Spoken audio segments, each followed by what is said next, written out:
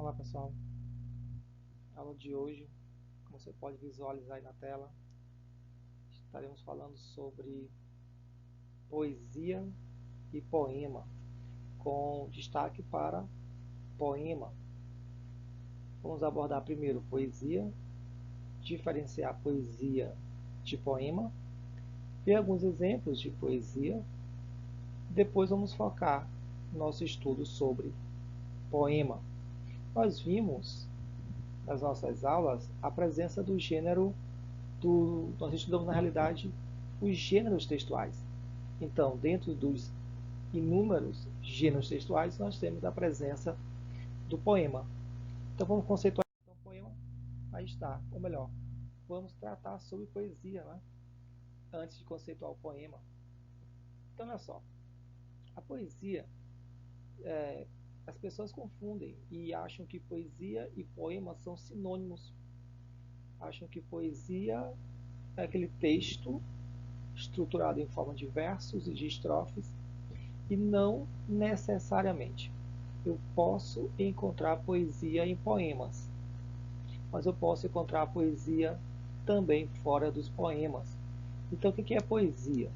Aqui, ó, é a habilidade de tornar algo poético. Então, se você tem a habilidade de tornar algo poético, aquilo é poesia. Então, veja que a poesia já passa pelo aspecto da subjetividade. Porque um dos conceitos também de poesia é esse aqui, ó, é a expressão do belo. Então, quando eu olho para uma situação, uma circunstância, uma imagem, e vejo ali a sua beleza, e vejo o belo naquilo, então aquilo ali se torna poesia. Então você já consegue perceber o que diz o terceiro item aqui, que a poesia está nas coisas e nos seres, à espera desse olhar sensível, à espera do belo, à espera do olhar poético. Então eu encontro poesia nos seres e nas coisas. Basta que eu veja nos seres e nas coisas o belo. E como eu falei para você, o belo é sempre subjetivo, ok? Então percebe que a poesia está associada a quê? A uma atitude criativa. Pode estar presente nas diversas manifestações artísticas e não somente no gênero poema. Então, você pode ver poesia em uma série de coisas, de situações, de circunstâncias, de imagens, de gravuras, de pinturas, de artes, de música. Porque a poesia está presente nas manifestações artísticas. A poesia passa pela concepção individual que cada um tem daquilo que é belo, daquilo que é bonito, daquilo que é poético. Então, olha só, poesia aqui, ó. Aqui tem alguns exemplos de poesia. Eu encontro poesia nessa imagem aqui, à sua esquerda.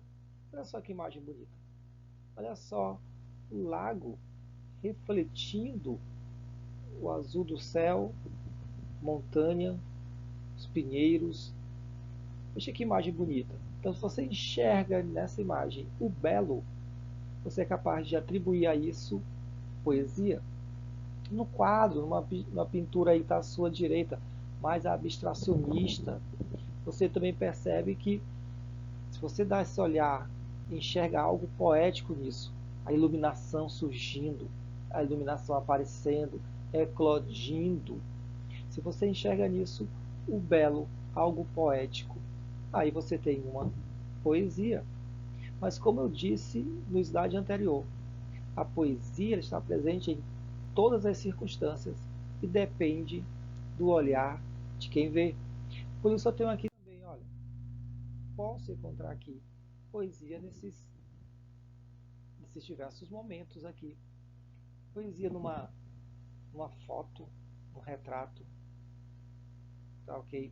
Posso encontrar poesia num almoço ou num jantar de família, porque todos estão alegres, felizes, saudáveis.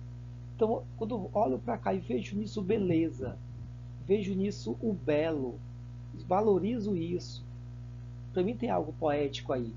Para mim isso é poesia.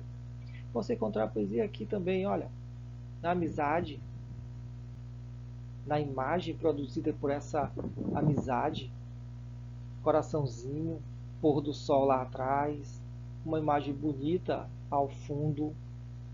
Enxergo belo nisso? Enxergo poesia. E outra coisa interessante, eu enxergo poesia até numa partida de futebol. Sabe aquele lance, aquele gol, aquela jogada que é bela, que é bonita, que arranca suspiro? Gente, ali tem poesia. E como eu disse para você, a poesia está então associada ao olhar de quem vê a situação, de quem vê as pessoas, de quem vê as coisas, de quem vê as circunstâncias. Basta que ela encontre naquilo o belo.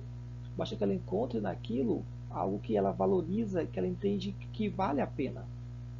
E outra coisa importante, a poesia é de caráter subjetivo. Então você pode olhar e dizer assim, não, a partida de futebol para mim é a pior coisa que tem. Mas outra pessoa olha e enxerga aquilo ali algo maravilhoso. Para aquele primeiro não há poesia, mas para o segundo tem. Esse é o caráter subjetivo que a poesia nos apresenta. Você pode encontrar a poesia numa flor, num pequeno gesto, num carinho, num sorriso. A poesia é subjetivo. É o encontro, é a procura do belo. Olha só, tem essas duas frases para você que a intenção é trazer reflexão sobre essa poesia. A primeira diz: poesia é morfina para quem sente dores na alma. Então, a poesia traz alívio, né? Representado aqui por morfina para quem sofre, para quem está angustiado, para quem sente dor. São as dores da alma. Então, a poesia ela consegue nos alegrar, nos aliviar nossa dor, aliviar nosso sofrimento.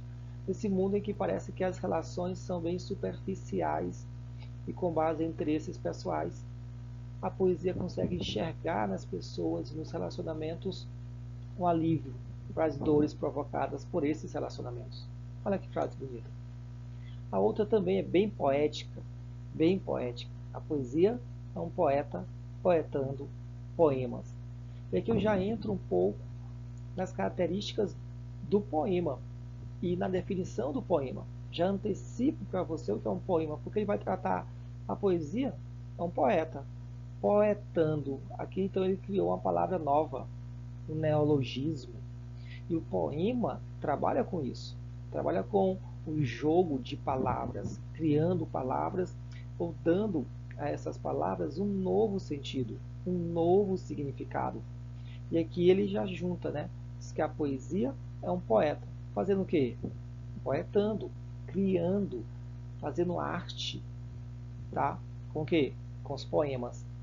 Então ficam essas duas frases aí para a sua reflexão acerca do que seja poesia, ok?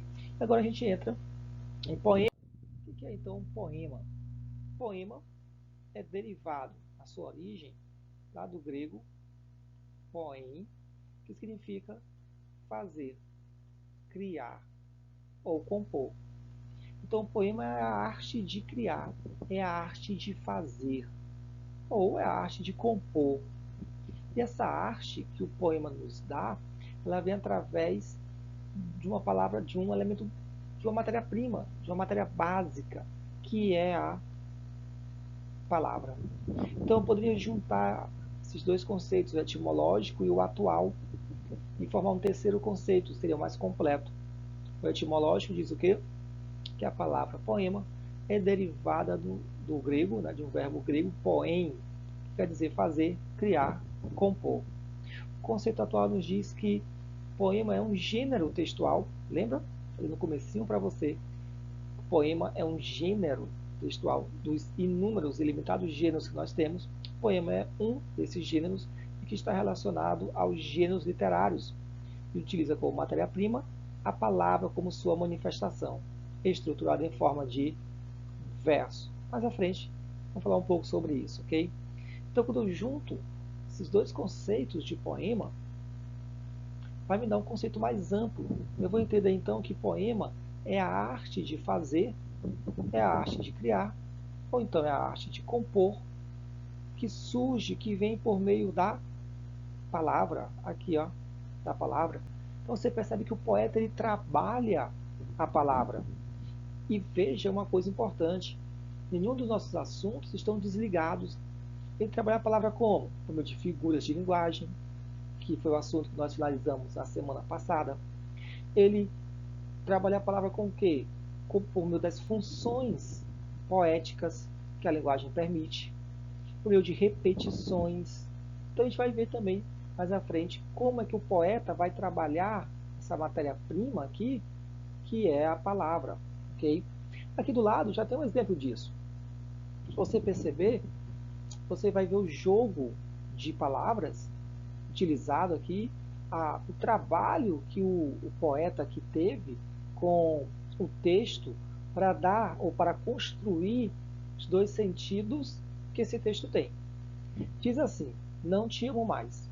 Estarei mentindo, dizendo que ainda te quero, como sempre quis. Tenho certeza que nada foi em vão. Sinto dentro de mim que você não significa nada. Não poderia dizer jamais que alimento um grande amor. Sinto cada vez mais que já te esqueci. E jamais usarei a frase eu te amo. Sinto, mas tenho que dizer a verdade. É tarde demais. Então essa leitura do texto me permite fazer a leitura cima para baixo, né, nessa direção, que é a leitura tradicional que nós utilizamos, nos permite afirmar que aqui eu tenho um eu lírico terminando o relacionamento com a pessoa. Ah, e eu lírico é o quê? Beleza, vamos então falar um pouquinho sobre o eu lírico agora. O eu lírico é exatamente essa voz que fala conosco aí no texto. É quem se manifesta no texto, ok? Grosseiramente comparando, seria o narrador lá dos textos narrativos. Como aqui não é um texto narrativo, não tem um narrador. Tem quem? O eu lírico, uma pessoa que se manifesta dentro do texto. Ele está se manifestando dizendo o quê? Dizendo que não ama mais a pessoa com quem ela provavelmente se envolveu. Mas se você faz a leitura de baixo para cima, você já tem um outro sentido para esse poema. Vamos lá? Vamos ver como é? É tarde demais. Verdade. Sinto, mas tenho que dizer eu te amo. Ou você poderia, vou melhorar, é tarde demais. Sinto, mas tenho que dizer a verdade. Pronto, ok? Eu te amo. E jamais usarei a frase já te esqueci. Sinto cada vez mais que alimento um grande amor. Não poderia dizer jamais que você não significa nada. Sinto dentro de mim que nada foi em vão. Tenho a certeza que ainda te quero como sempre quis. Estarei mentindo, dizendo que não te amo mais. Aí você percebe que a leitura de baixo para cima constrói um sentido completamente diferente da leitura de cima para baixo. Isso é jogo com as palavras. Isso é trabalhar, isso é está aqui, ó, fazer, criar, compor. Por meio de quê? Por meio da palavra. Não deve ter sido fácil construir um texto desse, em que um sentido da leitura me leva a uma interpretação e um outro sentido da leitura, de baixo para cima, me leva a uma outra interpretação. E teve que trabalhar bastante as frases, as palavras, e teve que criar isso, compor, fazer, refazer, desfazer. Isso é poema. Isso é trabalho com a matéria-prima chamada palavra. Olha só, continuando, o nosso desafio é esse aí. Eu não sei se você consegue visualizar três aspectos importantes aí. Talvez você esteja visualizando um senhor e uma senhora um de frente para o outro. Mas aí ainda tem duas imagens. Não sei se você consegue visualizar também uma pessoa com um chapéu mexicano aí tocando violão de frente, quase que de frente para uma outra pessoa que também está com chapéu aí. Se você consegue perceber isso.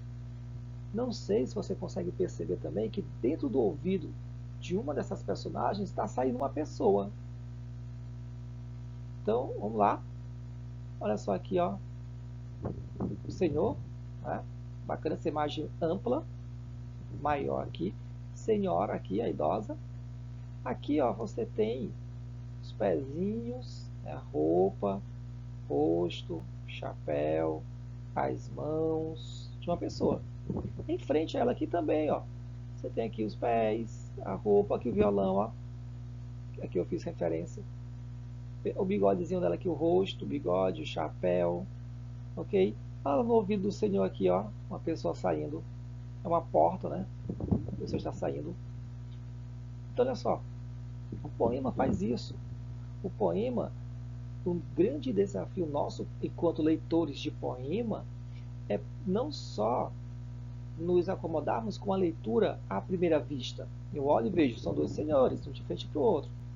Mas procurar cavar, até descobrir coisas que estão por trás do texto.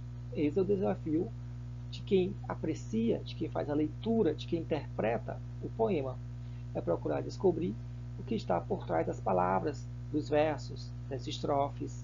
Porque sempre tem algo diferente a ser descoberto quando você percebe o que está por detrás do texto. Quando você percebe o que está oculto ali. Okay? Então, nosso desafio é descobrir exatamente esses detalhes que fazem parte do poema e que o autor propositadamente deixa ali para que o leitor mais atento consiga perceber. Certinho? Vamos então aqui as características, algumas características do poema. Primeira, a própria linguagem. Eu tenho falado aqui, né? O conceito de poema já nos diz que é um trabalho que eu lido com a palavra, que eu lido com a palavra. A linguagem poética ela é muito forte. Ela se caracteriza por três aspectos. Primeiro, a plurissignificância. O nome já diz tudo, não é? Pluri, vários. Significância, significado. Então, a plurissignificância é a presença de vários significados dentro de um texto poético. Talvez pedra não seja pedra, caminho não seja caminho, talvez flor não seja flor. Por quê? Porque quando é um texto poético, o autor dá a esse texto o sentido que ele desejar. Nós vamos tentar descobrir isso por meio de todo o contexto ali, que às vezes não está dentro do texto. Às vezes o contexto se encontra fora do texto. Então é um desafio. A plurissignificância é aquela imagem vista no slide anterior. São os vários sentidos dentro do mesmo texto. Outra característica da linguagem é que ela tem suas figuras. Né? Então, aquelas figuras de linguagem que nós vimos em aulas anteriores vai caracterizar a linguagem poética. Então, a metáfora é muito forte, a comparação é muito forte, dependendo da intenção do autor, a metonímia é muito forte, antítese, paradoxo. Nós vimos alguns poemas em que eu perguntava para você qual figura de linguagem aquele autor utilizou. Então, figura de linguagem é uma das características do texto poético. Uma terceira característica, presença da conotação, que é que eu venho falando para você há algum tempo, né? Conotação é aquela palavrinha que assume um novo sentido, um novo significado dentro daquele texto. E nos textos poéticos isso é muito forte, a conotação. Então, quando eu olho para o texto, eu não tenho que focar no sentido literal da palavra. Talvez esta seja a primeira leitura, a leitura em primeiro plano, dando as palavras o sentido literal, para que depois eu vá tentar descobrir o significado que essas palavras assumem dentro do texto, ou dentro do verso, pelo menos, ou dentro daquela estrofe. Tá? Então aqui tem um texto do Manuel Bandeira, que eu tenho certeza vocês conhecem, se chama O Bicho. Diz assim: vi ontem um bicho na imundícia do pátio, catando comida entre os detritos. Quando achava alguma coisa, não examinava nem cheirava. Engolia com voracidade. O bicho não era um cão, não era um gato, não era um rato. O bicho, meu Deus, era um homem. Então, percebe, ele está brincando, né? brincando aí é porque é o jogo de palavras que ele faz, com a palavra o bicho. Se você não conhecesse, ou se ele não revelasse no final o significado de bicho, a gente ia imaginando que esse bicho fosse em sentido denotativo. Por quê? Porque o bicho está na imundícia do pátio. Porque o bicho está catando comida entre os detritos. Porque o bicho tinha muita fome. Porque quando ele achava alguma comida, ele não examinava e nem cheirava. Ele engolia com rapidez. Então você vai percebendo características, lugares onde um bicho frequenta. Só que ele vai eliminando as nossas possibilidades sobre quem é esse bicho. Não é cão, não é gato, não é rato. O bicho é um homem. Está aqui. E aí ele revela isso com esse ar de espanto, com esse ar de tristeza, sofrimento, porque ele usa o termo meu Deus, o bicho, meu Deus, era um homem. Percebe? Eu tenho aqui, se a gente for analisar a linguagem, eu tenho uma plurissignificância aí com o termo bicho. Eu tenho algumas figuras de linguagem aqui, tá ok? Por exemplo, ele repete aqui, ó, não era um, não era um. Está repetindo a mesma expressão no início de cada verso, então eu tenho uma anáfora aqui, tá? Eu tenho também uma elipse. O que é elipse? Elipse é a omissão, tá? Quando eu omito alguma coisa. Quando eu digo assim, por exemplo, o bicho não era um cão, não era um rato. Ele oculta esse termo aqui, ó, que eu vou circular. Ele oculta o termo o bicho. O bicho não era um cão. O bicho não era um gato. O bicho não era um rato. Então, como eu omito aqui um termo, tem uma figurinha de linguagem chamada elipse, tá? Ou zeugma. Percebe? Então, vou descobrindo figuras de linguagem no texto.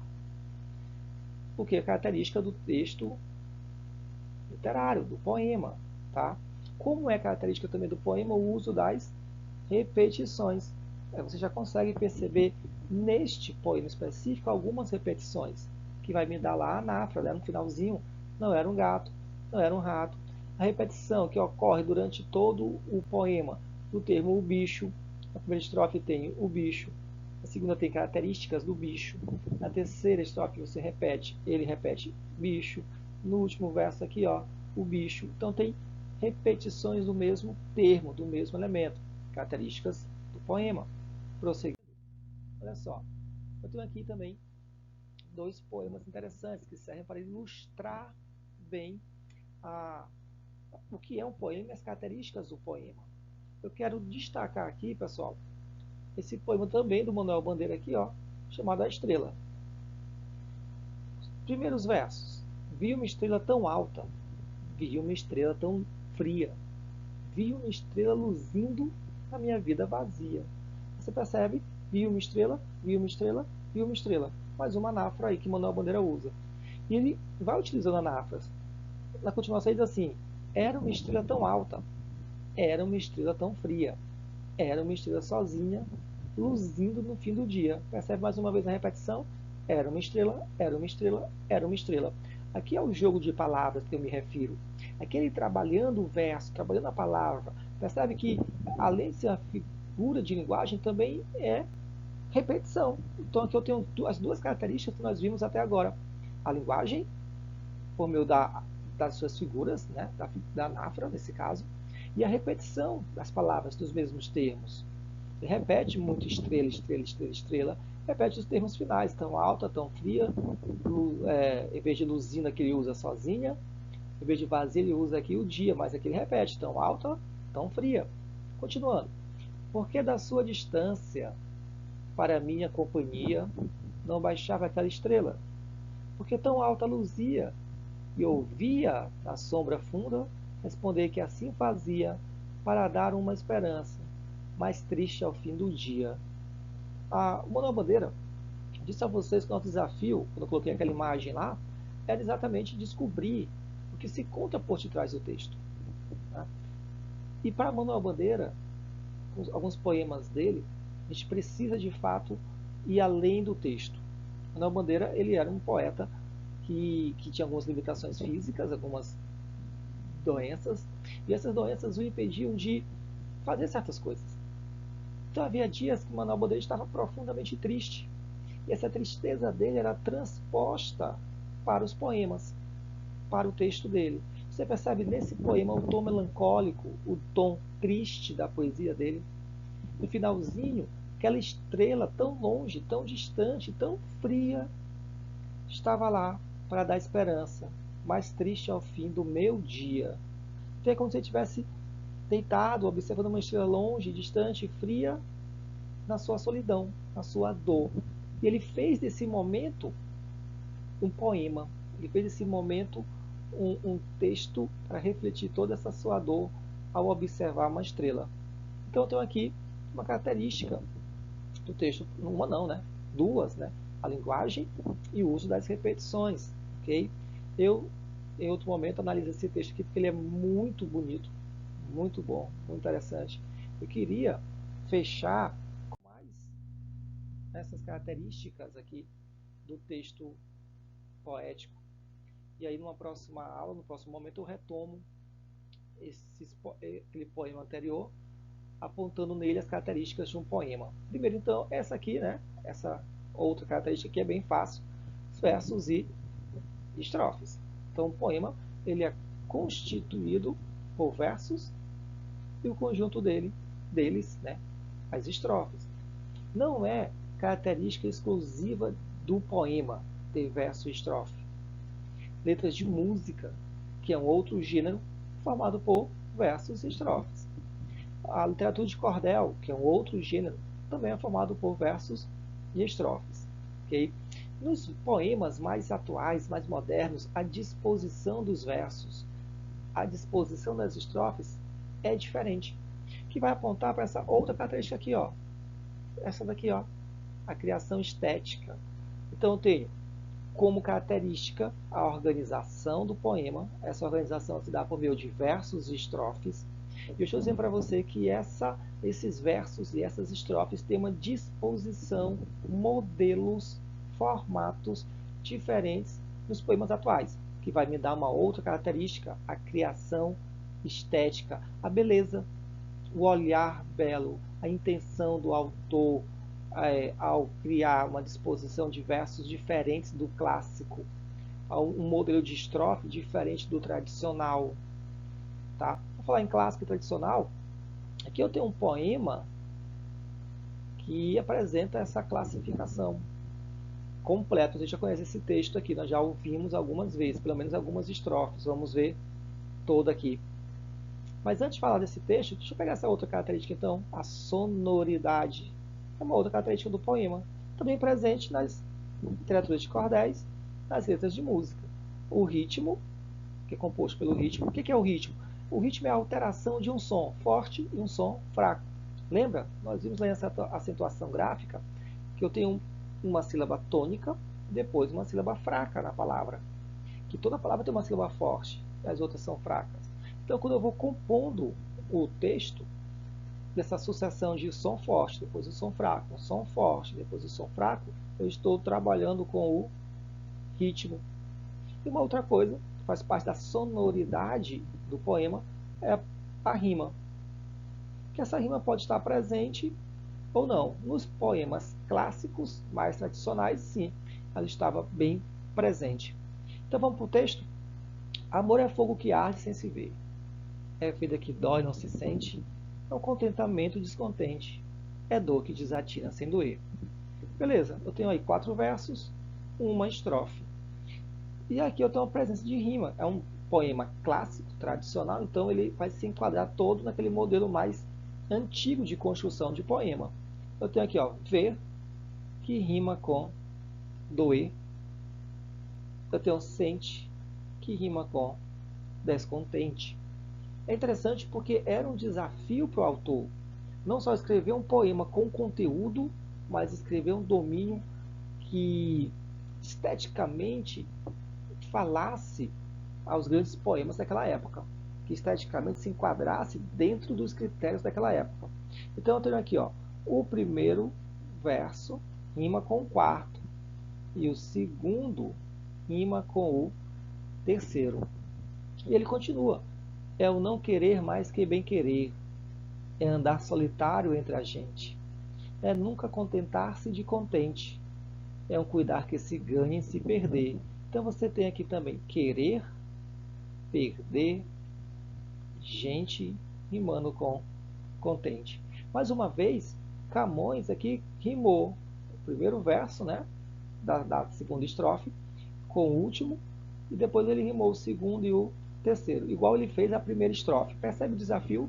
Percebe como é um pouco mais complicado, porque teria que ter um texto com conteúdo, mas um texto também que a parte estética dele, a parte visível dele tivesse essas rimas, porque eram características de bons poemas no tempo dele. E aí ele continua. Agora ele tem aqui uma outra estrofe com 3 versos e a última estrofe também com 3 versos. Esta construção aqui, esse poema, nessa estrutura, em que as duas primeiras estrofes têm 4 versos e as duas últimas estrofes têm 3 versos, tem um nome. Chama-se soneto. Ah, professor, mas se bem aqui tiver mais um versozinho, já não é soneto. Então, o que é soneto? É um poema, é um tipo de poema em que as duas primeiras estrofes têm 4 versos e as duas últimas têm 3 versos. Que essa rima aqui se faz presente também, podendo ser nessa ordem, né? O primeiro rimando com o quarto, o segundo com o terceiro, ou pode ser o primeiro rimando com o segundo, o terceiro rimando com o quarto, aí não importa, beleza? Então você vai percebendo que eu tenho então aqui nesse poema versos, estrofes, eu tenho o ritmo, eu tenho rima, ok? Então aqui eu tenho mais 3 características do poema: a organização, sonoridade, criação estética. Pessoal, ficamos por aqui. Agora estou aguardando vocês no chat para tirar alguma dúvida, ok? Até mais. Tchau, tchau.